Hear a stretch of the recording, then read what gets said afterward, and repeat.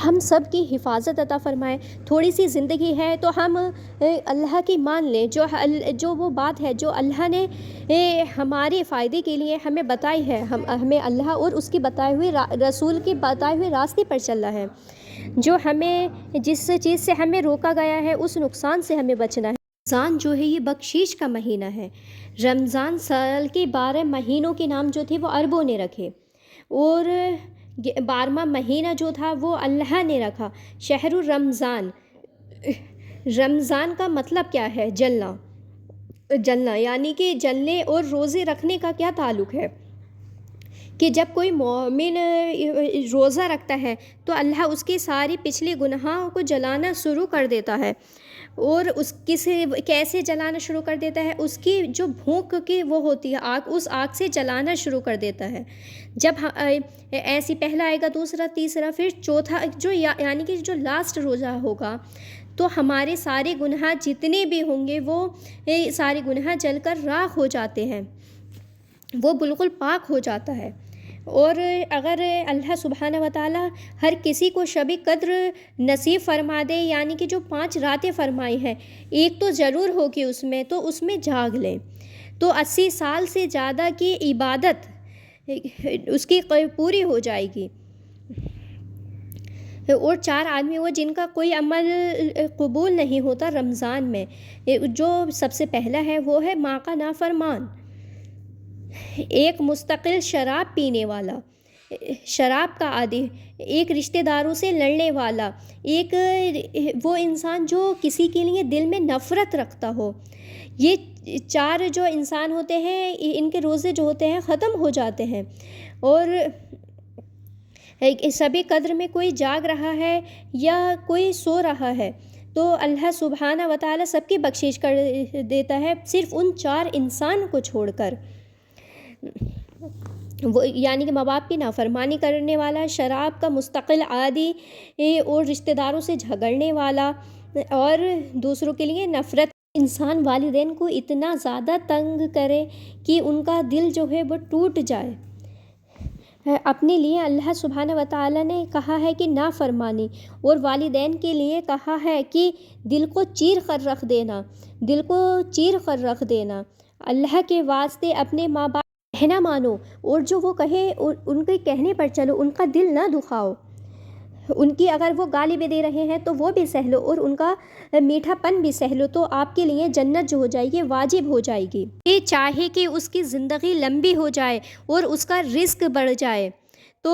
مرنے کے بعد اس کا نام بھی زندہ رہے، ماں باپ کی خدمت کرتا رہے، سبحان اللہ، اور رشتہ داروں سے اچھا سلوک کرتا رہے۔ یہ وہ ٹپس ہیں جو میں آپ سب کو بتا رہی ہوں، جو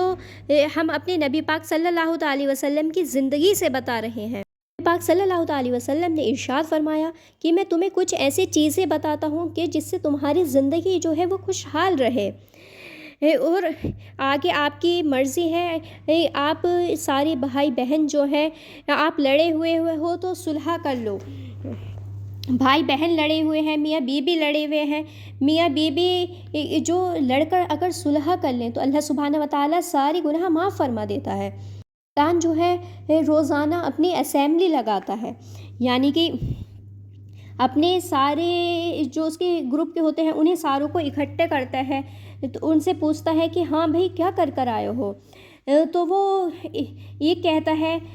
کہ سر میں نے زنا کروایا، تو پھر دوسرا بولتا ہے کہ سر میں نے لڑائی کروا دی، اور تیسرا بولتا ہے کہ میں نے چوری کروا دی، اور پھر دوسرا بولتا ہے کہ میں نے ایک کو شراب پلا دی، اور میں نے اتنوں کی نمازیں چھڑوا دی۔ ایسے وہ گناہ گنواتے ہیں، اور اتنا زیادہ رسپانس ہوتا ہے۔ ایک کہتا ہے کہ میں نے میاں بیوی کو جھگڑا کرا دیا، تو وہ کہتا ہے شاباش، میرے بعد کام تو تو کر کر آیا ہے، سب سے بڑھیا کام تو نے کیا ہے، اپنے تخت پر ساتھ بیٹھاتا ہے۔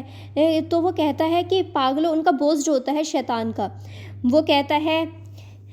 کہ کہ چور کی چوری جو ہو گئی اس کی ذات تک ہو گئی، اور میاں بیوی کی لڑائی جو ہوئی وہ اس میں 2 خاندانوں پر آگ لگا دیتی ہے۔ کام یہ کر کر آیا ہے، شیطان اس پر خوش ہوتا ہے، اللہ اس پر ناراض ہوتا ہے۔ اللہ سب سے زیادہ خوشی ہوتی ہے جب میاں اور بیوی صلح کر لیں، اتنا خوش ہوتا ہے کہ ان کے سارے پچھلے گناہ معاف فرما دیتا ہے، سبحان اللہ۔ تو میری گزارش ہے کہ ہم انسان ہیں، اونچ نیچ تو ہوتی رہتی ہے، جب ہو جائے تو معافی مانگ لیں، ہو جائے تو معافی مانگنے میں شرم نہ کریں، تو جلد سے جلد صلح کریں اور اپنے سارے گناہ معاف کریں، اور آپ کی عزت بھی بن جائے گی اور آپ کا مقام بھی بن جائے گا، معافی مانگنے والے کے سامنے بھی اور اللہ کے سامنے بھی۔ ہماری مائیں ہیں تو ان کی عزت کر لو، اگر مر گئی ہیں تو ان کی قبر پر ضائع کیا کرو، فاتحہ پڑھا کیا کرو، اگر باپ ہیں تو قدر کر لو، اگر مر گئے ہیں تو ان کی قبر پر ضائع کرو۔ جو اللہ فرمائیں گے کہ یہ پیچھے دیکھو، جو پیچھے دیکھیں گے تو جہنم کے لوگ جو ہوں گے ایمان والے، تو اللہ تعالیٰ فرمائیں گے کہ اپنی انگلی کو پھیرتا جا، کدھر کدھر تیری انگلی پھیرے گی، تیرے توفیل سب کو جنت میں ڈال دیا جائے گا، کیونکہ تو نے ماں کی خدمت کی۔ نوجوان لڑکے لڑکیوں سے اپنی ماؤں کی قدر کرو، اپنی والدین کی قدر کرو، حامد اور بیوی سے کہتی ہوں کہ ایک دوسرے کو عزت دیا کرو، چپ رہنا سیکھو۔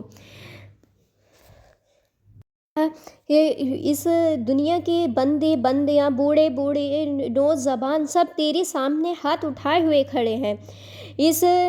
بخشش کے ماحول میں ہم سب کی بخشش فرما دے، ہم سب سے راضی ہو جا، ان سارے آنے والے مہمانوں کی دنیاوی اور آخرت کی ہر عزت ان سب کو عطا فرما، اور ہر ذلت سے ان سب کی حفاظت عطا فرما، یا اللہ اپنی محبت دے، اپنے حبیب کی محبت دے، یا اللہ ہمیں کبیرہ گناہوں سے بچا، صغیرہ گناہوں سے بھی بچا، رزق حلال عطا فرما، اور ہم جو کاروبار کر رہے ہیں ان کاروبار میں برکت عطا فرما، اور جو غلط کام کر رہے ہیں انہیں نیک ہدایت دے، نیک راستے پہ چلنے کی توفیق عطا فرما، یا اللہ ہمارے یہاں پر جو نسلیں پیدا ہو رہی ہیں ان کے ایمان کی حفاظت عطا فرما، انہیں ہر غلط کام سے دور ہونے کے لیے بچا، جو ہمارے بچے بچیاں اسلام سے نکل گئے ہیں تو ہم ان سب کو واپس لوٹا دے، وہ ہمیں واپس لوٹا دے، یا اللہ جو آپس میں روٹھے ہوئے ہیں ان سب کو منا دے، جو بچھڑے ہوئے ہیں ان سب کو ملا دے، جو تنگ گرست ہیں گھر سے، یا خدا ان سب کی تنگ گرستی کو دور فرما دے، جو قرض دار ہیں ان سب کے قرضوں کو دور کر دیا میرے مولا۔ اس آخری عشرے کے دوران یا میرے خدا ہر کسی کے رمضان کو، نمازوں کو بارگاہ میں قبول عطا فرما، ان کے بچے بچیاں زمان ہیں، رشتے نہیں مل رہے ہیں، ان سب کو نیک رشتے نصیب فرما، بچیوں کے نصیب اچھے فرما، بچیوں کے نصیب اچھے فرما، یا میرے مولا محبت پروان چڑھوا، یا اللہ ہمیں امت بن کر چلنے کی توفیق عطا فرما، ہمیں غلط کاموں سے دور کر دے، یا میرے پیارے